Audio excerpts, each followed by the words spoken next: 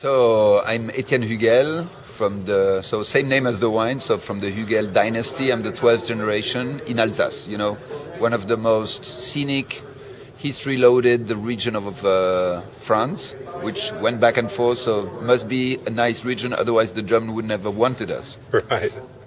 So we produce, you know, a wide variety of wines.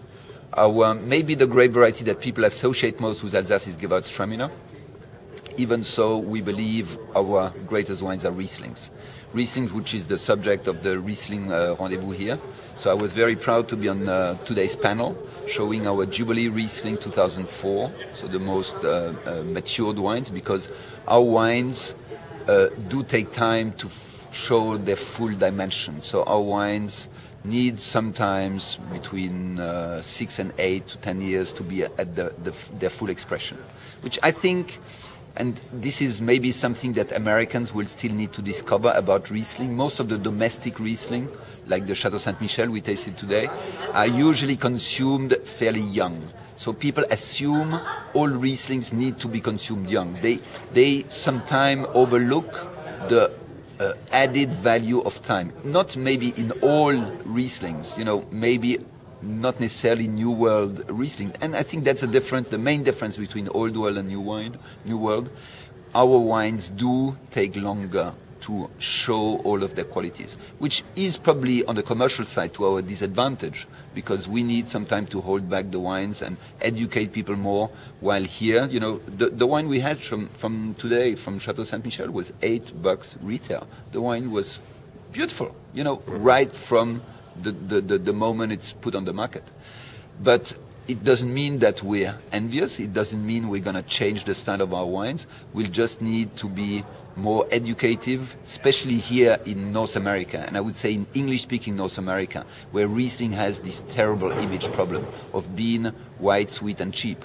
I think it's not necessarily sweet. Our Riesling in Alsace are dry. They are incredibly food-friendly, and they're not necessarily cheap. So our wines have been, you know, very much appreciated in this country, but mostly also in Canada, in Quebec. They are almost a household name in Quebec. They're very, very respected in Japan, which is a country obsessed with purity, with elegance, which is probably one of the most sophisticated markets for Alsace wine and Riesling in particular, because Japanese people understand subtlety, understand also the benefit of a good pairing with food, which, you know, is what the French live about. You know, happy marriage, not just with people, but with wine and food, makes both partners happier and makes the food taste better and the wine taste better. Yeah. In the New World, and especially in the United States, Chateau Saint-Michel has led this charge to reinvigorate Riesling. Have you seen something similar in the Old World? We've had no need, because Riesling never lost its glory. You know, it's mostly a purely North American phenomenon. A little bit in the UK, but I would say in Scandinavia, in Holland, Belgium, Germany, Japan, the aura of Riesling has never suffered this image problem. So it's mostly a purely North American, and I would say even English-speaking North American, so I would exclude Quebec from this image problem of Riesling, because for various reasons, but a lot because of wines that were not even Riesling based, you know, Blue Nun, Black Tower, Zeller Schwarze Katze, you know. I think the German, with their over-efficiency in everything, in viticulture, this over-efficiency, when you overcrop in your vineyards, the vines answers back with very, you know, poor wine, lacking of substance, lacking of richness, lacking of everything. And, you know, this, I think German viticulture more or less has, you know, acknowledged this problem, have corrected it, and there's a great renaissance in German wines for wines that are, again, world-class. You know, they are back on the world wine scene with Austria, but Austria was not so much their fault, it was mostly the fault of their neighbors. But we are delighted to see that now America takes Riesling seriously. But there's still ways to go. Do you think that helps with sales in America with imports, to have this interest?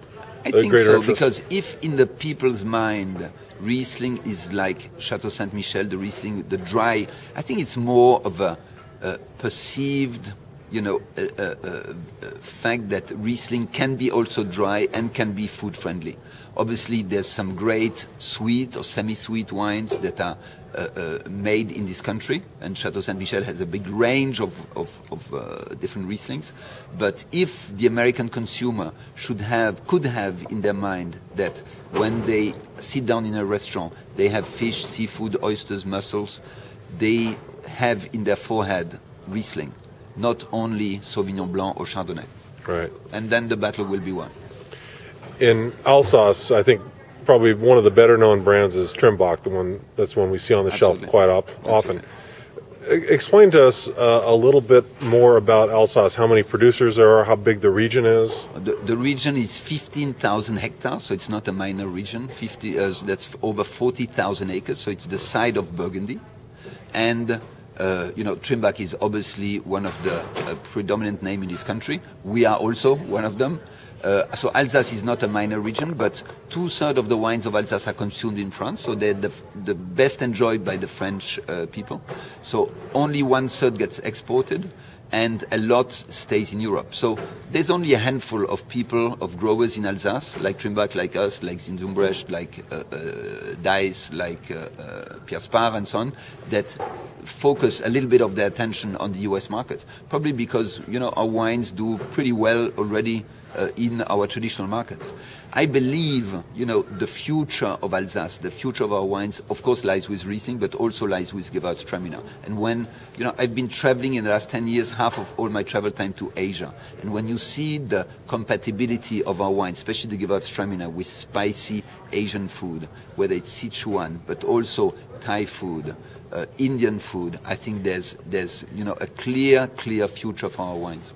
It sounds to me, though, that structure plays just as big a part, or maybe a bigger part, than as the flavor components in really great Alsatian wines.